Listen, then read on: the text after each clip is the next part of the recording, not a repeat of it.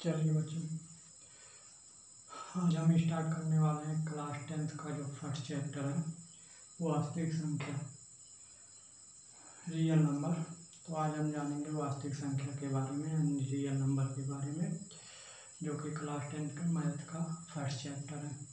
तो हम एकदम बेसिक से चलेंगे हाई लेवल तक, ठीक है। कहीं आपको कोई प्रॉब्लम नहीं होगा, तो केवल आप ध्यान से सुनिएगा और उसको समझिएगा, ठीक है।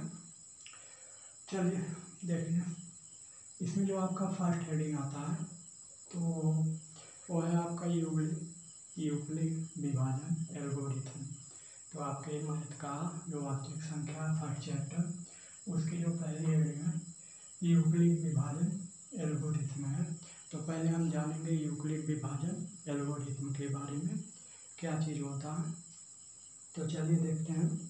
इसमें देखिए दो वर्ड है आपका, एक तो है विभाजन, जिससे आप परिचित ही हो, ठीक है। 6th 7th 8th या इससे पहले वाली कक्षा में आपको सिखाया जाता है विभाजन के बारे में, ठीक है।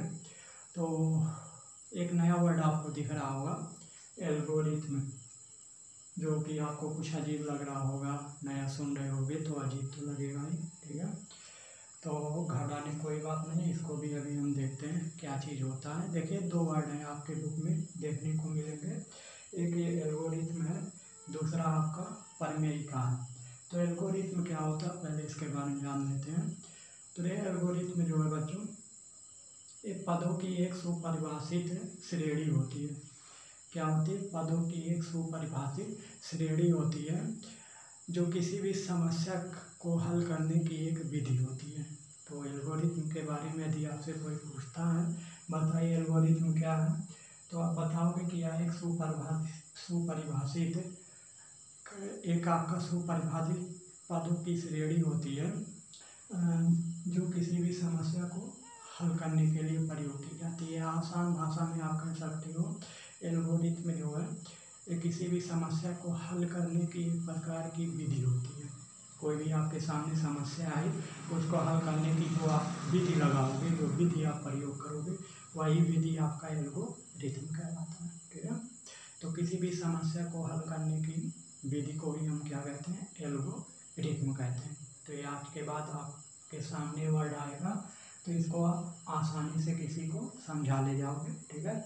तो दैनिक जीवन में आपके भी सामने कई समस्याएं आती जाती रहती हैं, ठीक है। आप भी देखते हो आपके दैनिक जीवन में तमाम समस्याएं आती हैं, और उस समस्याओं को आप किसी ना किसी विधि से क्या करते हो? हल करते ही हो, ठीक है।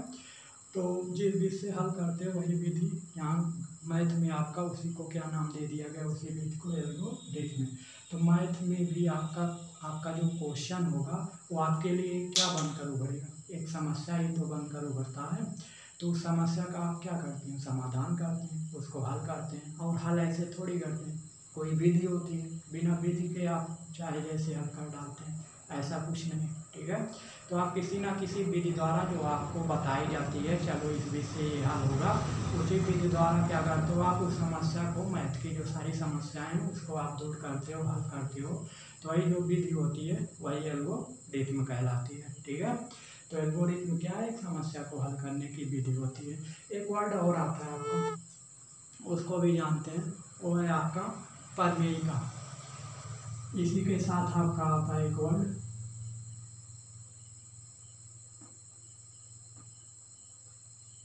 प्रमेयिका। चलिए बच्चों, इसको भी देख लेते हैं प्रमेयिका क्या है, ठीक है। वैसे देखा जाए तो बुकों में या फिर आप कई लोग बताते भी हैं, ठीक है। कई टीचर से आपने सुना भी होगा, नहीं सुने होगे, पहली बार अगर आपके सामने आया होगा तो कोई बात नहीं, ठीक है। कि बताया जाता है कि आपका लगभग एल्गोरिथम या प्रमेयिका जो है एक ही शब्द है। नहीं, हम आपको बता रहे हैं एक ही शब्द नहीं, इन दोनों में थोड़ा ना थोड़ा डिफरेंट होता है, थोड़ा ना थोड़ा अंतर होता है, ठीक है। ये सब आपकी बेसिक चीज़ें हैं, ठीक है। यहाँ से आपका कोई क्वेश्चन नहीं बनने वाला बोर्ड पेपर में, चलो बताओ एल्गोरिथम क्या होता है, परिभाषा लिखो या प्रमेयिका का, तो कहोगे सर बता फिर क्यों रहे हो जब क्वेश्चन नहीं बनने वाला है, ठीक है। वो तो मान लीजिए एग्जाम के ऊपर है, क्वेश्चन बनाता है नहीं बनाता है, ठीक है। यही है एल्गोरिथम और प्रमेयिका होता क्या है, ये आपका जानना जरूरी, क्योंकि आगे इसका ही का यूज है। अगर ये दोनों वर्ड आप जान गए तो क्वेश्चन को आप समझ ले जाओगे, और क्वेश्चन ही समझना सबसे बड़ी बात है। बहुत ही क्वेश्चन को यदि आप समझ लेंगे, समझिए आप, ये बहुत बड़ी कामयाबी है। ठीक है, तो क्वेश्चन समझ लेंगे मैथ में आप, बहुत बड़ी कामयाबी होगी आपके लिए। ठीक है, तो मैथ का क्वेश्चन ही समझना होता है। अगर मैथ का क्वेश्चन समझ ले गए आंसर तो आप आराम से निकाल सकते हो। ठीक है, तो क्वेश्चन को समझने के लिए ये छोटी मोटी जो चीज़ें हैं ये तो पता ही होनी चाहिए। हम डायरेक्ट भी आपको पढ़ा सकते थे, डायरेक्ट आपका एचसीएफ है, पहले चैप्टर में एलसीएम है, ये सब डायरेक्ट भी निकलवा सकते थे, लेकिन नहीं। ठीक है, तो धीरे धीरे हम चलेंगे, धीरे धीरे स्टेप को आगे बढ़ाएंगे। ठीक है बच्चों, चलिए देखते हैं परिमेयिका के बारे में। परिमेयिका क्या होता है? ठीक है, ज़्यादा हम दूर ना जाकर परिमेयिका पे अपने डायरेक्ट स्टेप पर आते हैं। तो परिमेयिका क्या होता है? परिमेयिका जो होता है या एक सिद्ध किया गया कथन होता है।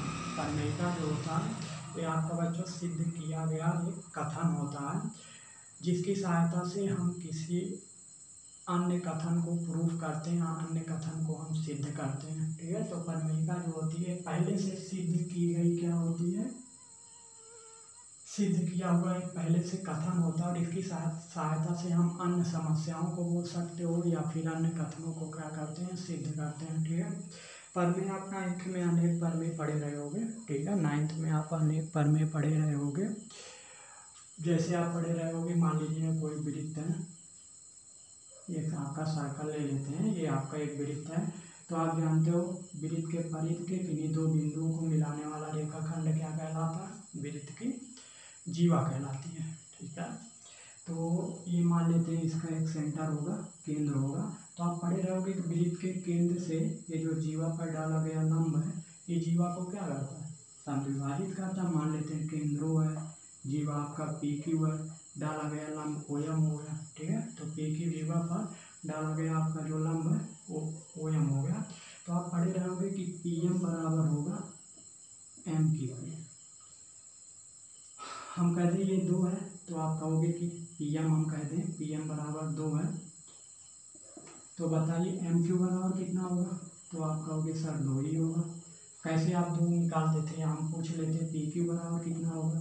ये 2, तो ये भी 2 होगा, पूरा हो जाएगा 4, 2 2 4, अरे ये 2 ये 2, टोटल 4 हो जाएगा। इस तरह क्वेश्चन आप 9th में हल किए रहे होंगे, या फिर आपका त्रिज्या दिया हुआ रहता था। ठीक है, 4 5 कुछ भी, ये आपका लंब दिया हुआ रहता था और ये पूछता था, आराम से निकाल ले जाते थे। इसकी सहायता से ये पूरी जीवा भी आप निकाल ले जाते थे। कैसे? ये कैसे संभव था? तो आपने परमेय सिद्ध किया रहा होगा कि वृत्त के केंद्र से जीवा पर डाला गया लंब जीवा को क्या करता है? समद्विभाजित करता है, अर्थात बराबर दो बराबर भागों में बांटता है। ठीक है, तो उस परमेय को एक बार आप सिद्ध कर दिए थे, और उसकी सहायता से अनेक ऐसे क्वेश्चन आप लगाए रहे होंगे। ठीक है, ऐसे आप पढ़े रहे होंगे त्रिभुज में बड़ी भुजा के सामने का कोण बड़ा होता है, या 2 भुजाओं का योग, त्रिभुज की किन्हीं 2 भुजाओं का योग तीसरी से क्या होता है? बड़ा होता है। तो ये सब आप परमेय पढ़े रहोगे, और इस पर आधारित अनेक क्वेश्चन आप क्या किए रहोगे? सॉल्व किए रहोगे। ठीक है, तो अनेक क्वेश्चन आप हल किए रहोगे एक परमेय की सहायता से। एक परमेय होता था और अनेकों क्वेश्चन होते थे, उसी एक बार उस परमेय को आपको सिद्ध करके बता दिया जाता था, और उसके आधार पे आप अनेक क्वेश्चन को क्या करते थे? हल करते थे। ठीक है, तो परमेयिका क्या होती है? परमेय क्या होता है? तो एक पहले से सिद्ध किया हुआ कथन होता है, जिसकी सहायता से हम अन्य कथनों को या अपने अन्य समस्याओं को प्रूफ करते हैं, हल करते हैं या सिद्ध करते हैं। ठीक है, तो इन दोनों में अंतर आपको समझ में आ गया होगा। ठीक है, एल्गोरिथम क्या है? तो आप बताओगे एल्गोरिथम जो होती है एक सुपरिभाषित क्या होता है? आपका पदों की एक श्रेणी होती है, जो समस्या को हल करने के लिए प्रयोग की जाती है। समस्या को हल करने की जो विधि होती है उसी को हम क्या कहते हैं? एल्गोरिथम कहते हैं। और परिमेयिका क्या होता है? तो ये आपका परिमेयिका जो होता है पहले से सिद्ध किया हुआ होता है, और इसकी सहायता से हम अनेक समस्याओं को सिद्ध करते हैं या फिर हल करते हैं। ठीक है, तो एक बार इसको 2-3 बार आप वीडियो को रिपीट करके देख लीजिएगा। ठीक है, ये बात आपको अच्छी तरीके से समझ में आ जाएगी। ठीक है, तो अक्सर लड़कों को हेडिंग डलवा बदल दिया जाता है, डायरेक्ट आपका SCF LCM हम भी करवा सकते थे। ठीक है, लेकिन नहीं, जब तक आप इसके बारे में नहीं जानोगे, क्वेश्चन आपके समझ में नहीं आएगा, क्वेश्चन नहीं समझ में आएगा तो आप आंसर भी नहीं निकाल पाओगे। ठीक है, तो चलिए आगे चलते हैं। ये चीज़ आपको आशा करते हैं समझ में आया होगा। ठीक है, तो बच्चों आगे चलते हैं, आगे का स्टेप हम उठाते हैं, देखते हैं क्या है। तो प्रमेय का आशा करते हैं और आपका ये एल्गोरिथम समझ में आया होगा। ठीक है, आगे देखिए, आगे आपका देखिए हेडिंग तो आपका आपके सामने लिखा ही है, यूक्लिड विभाजन एल्गोरिथम या फिर आपका प्रमेय का। ठीक है, तो आगे का स्टेप उठाते हैं हम, इसी हेडिंग को पढ़ते हैं। ठीक है, इसमें फर्स्ट आपका हेडिंग आता है, देखिए यूक्लिड विभाजन एल्गोरिथम में। इसमें हम सीखते हैं कुछ चीज़ें पहले।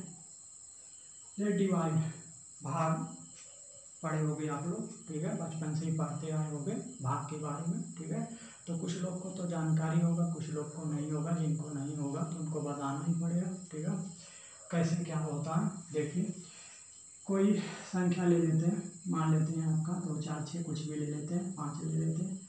5 से हम कहते हैं कि 35 को डिवाइड करो या 36 को डिवाइड करो, किसी को भी कर दो। ठीक है, तो आप कहोगे सर क्या छोटे लड़कों वाला क्वेश्चन ले लिए। ठीक है, यहाँ हम थोड़ा सा कुछ आपको बताना चाह रहे हैं, कुछ समझाना चाह रहे हैं। ठीक है, तो चलिए समझते हैं। तो आप कहोगे सर 7 बार जाएगा, 5 7 35 आएगा, माइनस करेंगे 6 में से 5 ये 1 आ जाएगा, ये तो 0 हो जाएगा। तो यहाँ हम ये चीज़ बताना चाह रहे हैं, जिससे आप भाग देते हो उसको किस नाम से जानते हैं। इसका एक नामकरण कर दिया गया, इसका एक नाम रख दिया गया भाजक। ठीक है, तो कहीं भी जिससे आप भाग दोगे उसको आप क्या कहोगे, भाजक। आपको बुलाने के लिए, आपको पुकारने के लिए, ठीक है, आपको समझने के लिए आपका एक क्या रखा गया, नाम रखा गया। उसी तरह इसका भी आपका एक नाम रख दिया गया, जितने हैं सबका नाम है। ठीक है, इसको कहते हैं भाग फल। ठीक है, और ये तो है आपका शेष फल। ठीक है, और इसको कहते हैं भाज्य। तो किसी भी भाग में आपके ये 4 वर्ड सुनने को मिलते हैं, भाजक, भागफल, भाज्य और शेष फल। ठीक है, तो 4 वर्ड आपको सुनने को मिलते हैं, भाज्य, भाजक, भागफल और शेष फल। तो इन 4 वर्डों से आप परिचित हो जाइए दोबारा, ताकि आपको कहीं दिक्कत ना आए। अगर इन वर्डों से आप परिचित नहीं हो तो आप परिचित हो जाइए। ठीक है, नहीं तो आगे दिक्कत आने वाली है अगर इन सब वर्डों से आप परिचित नहीं हो। ठीक है, तो भाज्य किसे कहते हैं, जिसमें हम भाग देते हैं उसे भाज्य कहते हैं, जिससे हम भाग देते हैं उसे भाजक कहते हैं, और जो आपका एक फल प्राप्त हुआ यहाँ पर उसे हम भागफल कहेंगे, और जो नीचे आपका शेष बचेगा वो क्या होता है, आपका शेष फल होता है। ठीक है, तो ये चीज़ आपको समझ में आया होगा, आशा करते हैं। ठीक है, नहीं आया होगा तो आप हमसे कांटेक्ट कर सकते हैं। ठीक है, लास्ट में अभी आपको नंबर दे दिया जाएगा। ठीक है, कहीं दिक्कत होता है यदि आपको समझने में कहीं भी, ठीक है, तो आप हमसे संपर्क कर सकते हैं। ठीक है, आगे की ओर हम बढ़ते हैं, आगे देखते हैं। ठीक है, तो हमने मान लिया भाज्य, हम क्या करते हैं, इसी भाज्य को नोट कर देते हैं। यहाँ आ जाइए, भाज्य को हम मान लेते हैं बच्चों, मान लेते हैं भाज्य ए है और भाजक जो है वो आपका बी है, और जो भागफल आया है वो मान लेते हैं बच्चों आपका क्यू है, और जो आपका शेषफल आया था वो मान लेते हैं आर। एक बार ध्यान से देखिएगा। ठीक है, मानने को आप कुछ भी मान सकते हो, मानने को आप कुछ भी मान सकते हो। ठीक है, भाज्य को हमने ए माना है, भाजक को बी माना है, हम कहीं गए नहीं, यही है। ठीक है, तो भागफल को हमने क्यू माना और शेषफल जो है वो आपका आर है। ठीक है, इस बात को ध्यान दीजिएगा, मानने को यहाँ कुछ भी मान सकते हो। ठीक है, हम आपके एनसीईआरटी बुक के अनुसार चल रहे हैं, क्योंकि आप जो क्वेश्चन लगाते हो वो एनसीईआरटी से, क्योंकि आपका एनसीईआरटी पैटर्न है, एनसीईआरटी से ही लगाते हो। ठीक है, इसलिए हम भी उसी के अनुसार चल रहे हैं। मानने के यहाँ हम कुछ भी मान सकते थे, ए टू जेड। ठीक है, छोटा क्या था, कुछ भी। ठीक है, लेकिन हमने क्या किया, भाज्य को ये मान लिया, भाजक को भी, भागफल। अब कुछ लोग कहेंगे माने क्यों, माने क्यों, सही है। ठीक है, माने क्यों, इसको अभी पता आपको खुद चल जाएगा। ठीक है, देखिए भाजक आपका है बी, चलिए भाज्य ए, तो भाजक से भाज्य में भाग दिए, भागफल आया क्यू और आपका जो शेषफल आ रहा है वो है आर। यही तो है 20। भाजक क्या होता है जिससे हम भाग देते हैं, तो भाग दे रहे हैं किससे 20 से, ठीक है। और भाज्य क्या होता है जिसमें हम भाग देते हैं, तो भाज्य क्या माने ए, भागफल क्या है क्यू, तो और आगे आपका शेषफल क्या है आर, ठीक है। यहाँ से हम निकालना क्या चाह रहे हैं देखें, तो हमने मान लिया भाजक भी है जहाँ 5 से हम 36 में भाग दे रहे थे, 5 से हमने अभी 36 में भाग दिया था, तो 5 7 35 और आया था आपका ये शेषफल, ठीक है। वहीं पर हम 5 के स्थान पे बी ले लिए, 36 के स्थान पे ले लिए, 7 के स्थान पे क्यू आ गया, 1 के स्थान पे क्या आर आ गया, ठीक है। हम यहाँ से निष्कर्ष क्या निकालना चाह रहे हैं, निकालना ये चाह रहे हैं एक आप फार्मूला पढ़े रहे होंगे, क्या भाज्य बराबर भाज्य यदि हमको पता करना है तो भाजक का क्या करते थे भागफल में गुणा कर देते थे, और इसमें क्या करते थे जो गुणा करने पाता था उसमें शेषफल को क्या करते थे बच्चों ऐड कर देते थे, यानी जोड़ देते थे, ठीक है। यदि हमको भाज्य निकालना है, भाज्य पता करना है, तो ये आपका एक तरह का फार्मूला बन गया, ठीक है। भाज्य पता करना है तो इसी भाजक में, जैसे यहाँ भाज्य क्या 36 हमको पता करना, तो भाजक 5 है, इसमें हम क्या किए भागफल से गुणा कर दिए और प्लस शेष कर दी, तो देखिए आ गया 36 द्वारा 5 7 35 है 36 कंप्लीट हो गया। दोनों लेफ्ट हैंड साइड बराबर आपका राइट हैंड साइड, यानी बायां पक्ष बराबर हो गया दायां पक्ष के, ठीक है। तो ये आपका कंप्लीट हो गया। तो भाज्य बराबर होता है आपका भाजक गुणे भागफल प्लस शेषफल, कहीं से नहीं आया, यहीं से सेट किया गया ये सूत्र जो, ठीक है। हमने भाज्य क्या माना, भाज्य हमने माना ए बराबर भाजक है बी, भागफल है क्यू प्लस शेषफल कितना आर, तो ये भी एक आपका फार्मूला बन गया। इसी की हमको आगे जरूरत पड़ने वाली है। हम इतना बड़ा ना लिखकर अब इतना छोटा लिखेंगे, ठीक है। इसीलिए माने कुछ लोग डाउट रहा होगा, ठीक है, ये सब मानने की क्या जरूरत है, ठीक है। तो इतना बड़ा हम ना लिखकर हिंदी इतना छोटा सा हम लिख देंगे, ये बराबर बी क्यू प्लस आर। अब आपको अच्छा 5 6 7 8 यहाँ सब आप ये सब याद किए रहे होंगे, अब आपको ये चीज़ याद करना, ठीक है। ये बराबर बी क्यू प्लस आर, ठीक है। कहोगे ये क्या है, तो ये आपका क्या है भाज्य है, बी क्या है भाजक है, क्यू क्या है भागफल है, आर क्या है शेषफल, ठीक है। चलिए आगे चलते हैं, ठीक है, आगे की ओर बढ़ते हैं। इतना आपके समझ में आया ही होगा, ठीक है, कहीं डाउट तो होगा नहीं, ये सब छोटी मोटी चीज़ें हैं, ठीक है। अभी आपको कुछ खास नहीं बताया गया, अभी आपके चैप्टर का कुछ खास नहीं बताया गया, ठीक है। एल्गोरिथम बताया गया, परिमेय बताया गया, और ये आपका भाजक भागफल शेषफल भाज्य, इसी के बारे में अभी आपका डाउट क्लियर किया जा रहा था, ठीक है। तो ये चीज़ क्या है, इस पर ध्यान दीजिएगा, इसकी आपके आगे जरूरत पड़ने वाली है। एक चीज़ और, जो आपका ये शेषफल होता है, ये चीज़ ध्यान दीजिएगा, ये जो शेषफल आर है, थोड़ा आगे देते हैं, ये जो आपका ध्यान दीजिएगा, काफ़ी ये इम्पॉर्टेंट पॉइंट है। ये जो आपका शेषफल आर है, ये हमेशा 0 से ग्रेटर होगा या फिर इक्वल होगा, ठीक है, और बी से क्या होगा हमेशा छोटा होगा, ये चीज़ ध्यान दीजिएगा। जिसकी ओर मुँह खुला होता है वो बड़ा होता है, आर की ओर मुँह खुला है यानी आर बड़ा है, यहाँ बी की ओर मुँह खुला है यानी बी बड़ा है। बी किससे बड़ा आर से, आर किससे बड़ा 0 से, ठीक है। ये सोच रहे हो कि इसका चिन्ह है, कुछ लोग को नया लग रहा होगा, तो इसको बोलते हैं बराबर, ठीक है, बड़ा और बराबर दोनों लगा। तो हमेशा शेषफल का जो मान होगा आपका वो 0 के या तो बराबर आएगा या फिर 0 से क्या आएगा बच्चों बड़ा आएगा, ठीक है।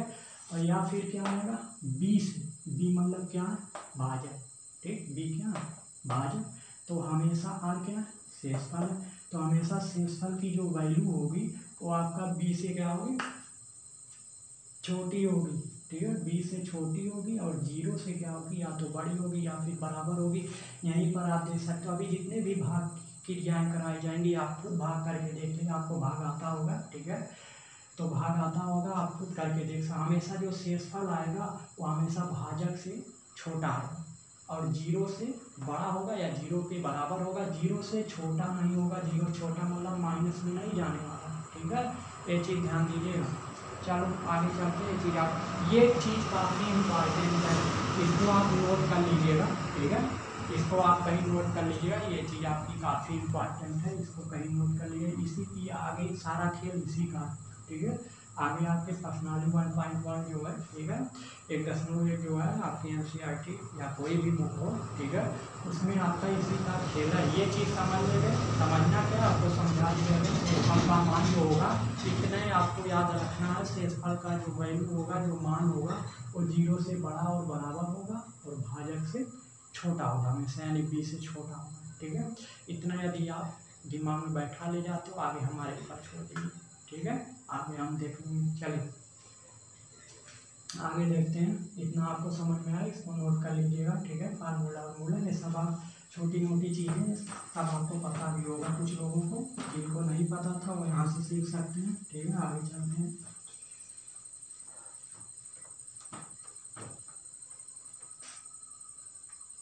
चलिए अब आपके हेडिंग पे आते हैं, जो कि आपका यूक्लिड विभाजन एल्गोरिथम है, ठीक है। इसकी सहायता से देखिए क्वेश्चन क्या बनाता है। इसकी सहायता से आपका एक क्वेश्चन बनाएगा कि यूक्लिड विभाजन एल्गोरिथम की सहायता से क्या कीजिए आप, मासा पा निकालिए या HCF निकालिए या उसी को कहता है GCD ज्ञात कीजिए, ठीक है। तो पहले तो हम क्वेश्चन उठाने से पहले ये जान लेते हैं HCF है क्या, ठीक है। उसको जानने से पहले एक चीज़ और हम जान लेते हैं, एल्गोरिथम में ये बताया किसने, इसके बारे में आपका किन्होंने जानकारी दी, ठीक है। उनको भी हम देख लेते हैं कि इन्होंने इसके उनके बारे में आपका बताया था, ठीक है। उनके बारे में भी हम जानकारी देख लेते हैं।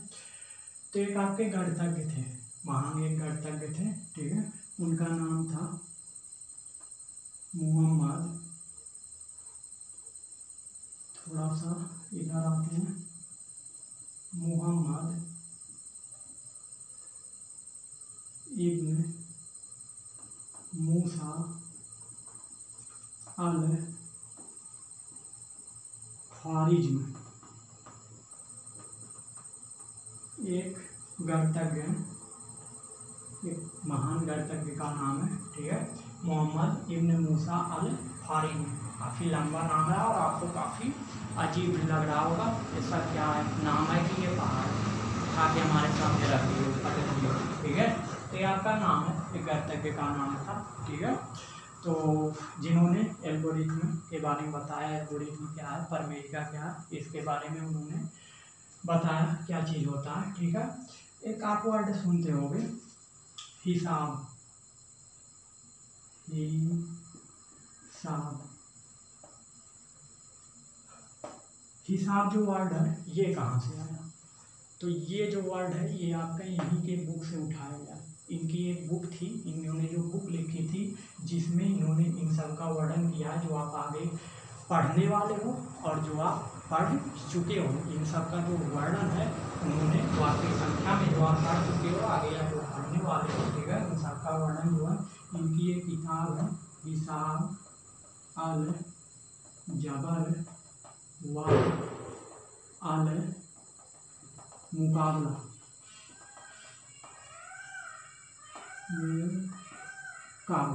ये इनकी बुक है, इनकी ये क्या है बुक है, इनकी ये पुस्तक है, ठीक है।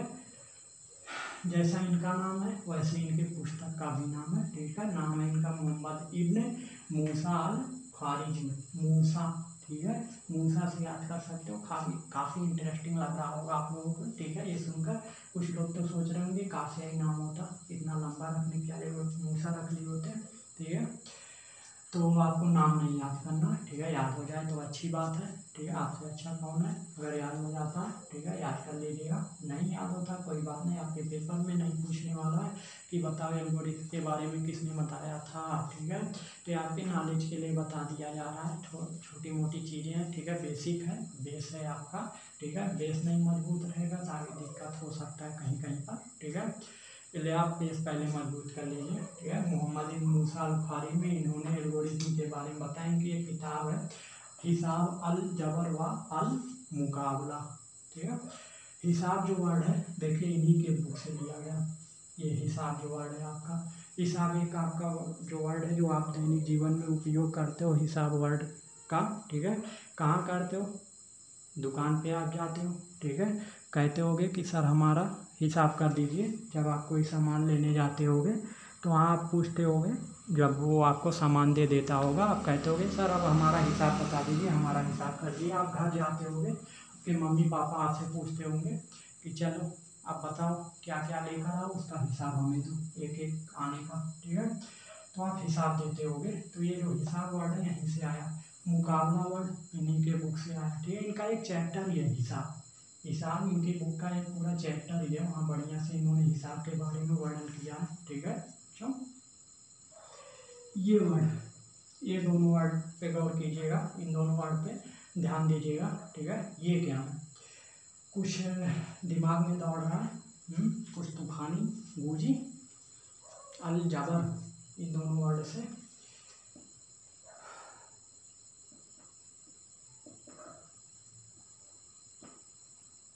अब तो याद आ ही गया होगा, अलजबरा, अलजबर, इसी दोनों वर्ड को मिलाकर ही आपका ये बना है अलजबरा, बीजगणित, ठीक है।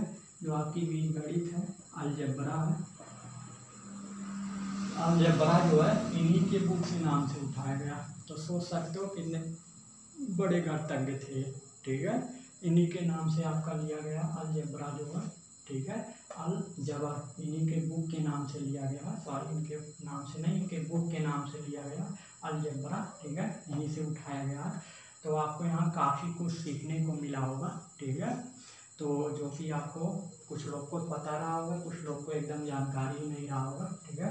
तो यहाँ से आपको काफ़ी कुछ सीखने को मिला। ये छोटी मोटी चीज़ें, चलिए आगे बढ़ते हैं, ठीक है। बेसिक था, आगे आपके आते हैं, आप शुरू करते हैं आपका टॉपिक, ठीक है। अब आपको चलते हैं, आपकी लड़ाई शुरू करते हैं, ठीक है।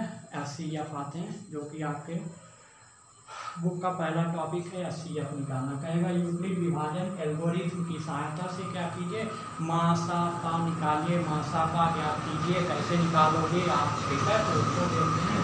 पहले जान लेते हैं SCF क्या चीज़ है, ये होता क्या है SCF। तो देखिए इसका जो फुल फॉर्म है वो है हाईएस्ट कॉमन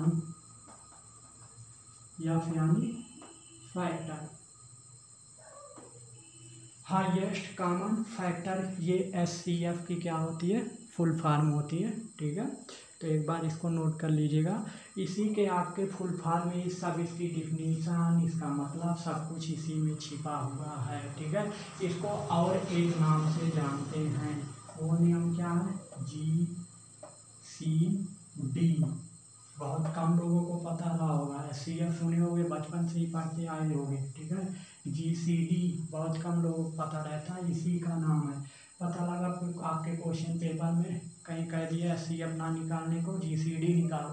पता लगा आपका मासा का ना कहा, SCF भी ना कहा, कह दे GCD निकालिए। तो कहीं भी पेपर में कहीं भी आप, या आपसे कोई व्यक्ति ही पूछ ले, चलो बताओ दो संख्याओं का 8 और 32 का GCD क्या पकड़ो रे, ये तो हम कभी सुने नहीं, GCD क्या होता है। कब मेरे गुरुदेव पहले इसका फुल फॉर्म तो बता दीजिए। तो इसका फुल फॉर्म होता है ग्रेटेस्ट कॉमन डिवाइजर।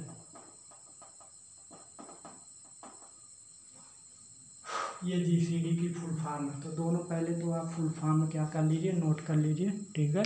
दोनों जो वर्ड हैं इनके फुल फॉर्मों को आप क्या कर लीजिए, नोट कर लीजिए, ठीक है। तब हम आगे की ओर बढ़ते हैं, इसकी कहानी में थोड़ा इंटरेस्ट बढ़ाते हैं, ठीक है। चलिए देखिए SCF को जानते हैं, होता क्या, हाईएस्ट कॉमन फैक्टर। बोले अभी आपको इसके इस फुल फॉर्म में ही सब कुछ छिपा हुआ है, ठीक है। इसका मतलब हाईएस्ट मतलब सबसे बड़ा, कॉमन मतलब जो उभयनिष्ठ हो, मतलब जो दोनों में मिल जाए, या तीनों में या चारों में, जितने भी अंक लिखे गए हैं या अक्षर या फिर आपका संख्या जो कुछ भी है लिखा गया, उन सब में कॉमन मतलब जो सब में मिले, ठीक है। तो हम कह दें आपके पास 3 आम है, पहला आम, दूसरा आम, तीसरा आम। ऐसे हम कह दें एक टोकरी में 3 आम रखा हुआ है और अगले टोकरी में 2 आम है, 1 सेब है। ये सेब है, ये 2 आम है। हम बताएं दोनों में कॉमन बताओ, ये तीनों आम है, ठीक है। हम कहें दोनों में कॉमन बताओ, कॉमन क्या है, कॉमन समझ नहीं आ रहा, कुछ लोग कहेंगे कॉमन क्या होता है, ठीक है। तो समझ लो यहाँ से कॉमन का मतलब उभयनिष्ठ, जो दोनों में, दोनों टोकरी में क्या मिला है, 2 आम इसमें भी है, 2 आम इसमें भी है, तो दोनों में से 2 आम को बाहर निकालो, ठीक है। तो इस टोकरी में बच गया 1 आम और उस टोकरी में क्या बचा, केवल 1 सेब बच गया, ठीक है। तो ये जो 2 आम है इसी को हम कॉमन बोलते हैं इंग्लिश में, ठीक है। और हिंदी की बात की जाए किसी को उभयनिष्ठ बोलते हैं। गुणनखंड आप पढ़े रहोगे, वहाँ पर कॉमन लिखना निकालना आपको बताया गया होगा, ठीक है, कैसे निकाला जाता है। तो चलिए सर छोटी मोटी 9th में भी आप पढ़ चुके होंगे, ठीक है। कॉमन वूमन को छोटी मोटी बातें 6, 7, 8 में भी पढ़े रहे होंगे। आगे की बात करते हैं हम। हाईएस्ट का मतलब सबसे बड़ा, कॉमन मतलब आपका उभयनिष्ठ, फैक्टर मतलब आपका गुणनखंड। तो हिंदी क्या हुई, सबसे बड़ा उभयनिष्ठ गुणनखंड, ठीक है। तो जो सबसे बड़ा उभयनिष्ठ गुणनखंड होगा वही आपका उन संख्याओं का क्या कहलाएगा, HCF कहलाएगा, यानी हाईएस्ट कॉमन फैक्टर कहलाएगा, ठीक है। तो जो भी संख्याएं दी रहेंगी कहेगा उसका HCF निकालो, यानी हाईएस्ट कॉमन फैक्टर निकालो। तो क्या होगा, जो उसमें दोनों में या जो भी संख्याएं 2, 4, 6 उनमें सब में जो सबसे बड़ी संख्या कॉमन होगी वही आपकी क्या होती है, हाईएस्ट कॉमन फैक्टर, यानी HCF होती है।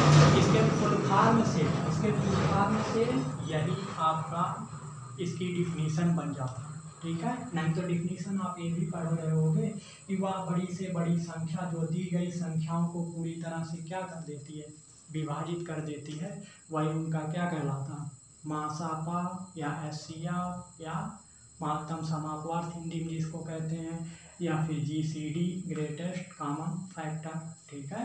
तो ये आपका होता है, ध्यान दीजिए। आगे चलते हैं, ठीक है।